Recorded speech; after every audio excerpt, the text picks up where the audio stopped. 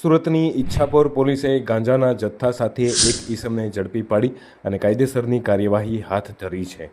No drugs in Surat city અભિયાન હેઠળ પોલીસે બાતમીના આધારે મોરા ખાતે આવેલ તપોવન સોસાયટી ખાતેથી આરોપી રામજી કમલેશ બેનવંશીને ઝડપી પાડ્યો છે. પકડાયેલ ઈસમ પાસેથી પોલીસે 4 કિલો ગાંજાનો જથ્થો કબજે કર્યો છે. પોલીસે એક બાળ કિશોરની પણ આ ગુનામાં અટકાયત કરી છે. પકડાયેલ આરોપીએ જણાવ્યું હતું કે વરાછા રેલવે પટરી ઉપરથી એક અજાણ્યા ઈસમ પાસેથી ગાંજાનો જથ્થો ખરીદ્યો હતો અને તેથી તેના મિત્રની રૂમ ઉપર જાણ બહાર ગાંજાનો જથ્થો મૂક્યો હતો. આરોપીઓ ગાંજાની નાની મોટી પેડકીઓ બનાવી અને છૂટાકમાં વેચાણ કરતા હોવાનો પણ ઘટસ્ફોટ થયો છે. જી સાહેબ, મોરા ગામના તપોવન સોસાયટીમાંથી ગાંજો પકડવામાં આવ્યો છે, શું છે હકીકત?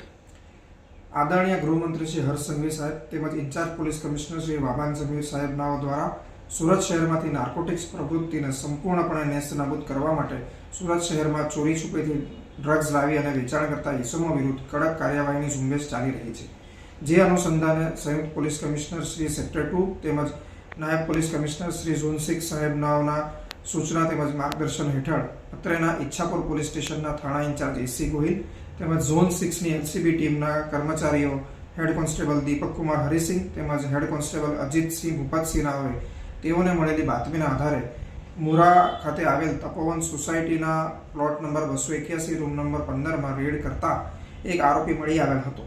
જે આરોપીનું નામ રામજી કમલેશ છે અને જે મૂળે મહારાષ્ટ્રનો રહેવાસી છે, જેમની પાસેથી 4 કિલો અને 4 ગ્રામ જેટલા વજનનો માદક પદાર્થ ગાંજો મળી આવેલ હતો કે જેની કુલ કિંમત 40,400 થાય છે.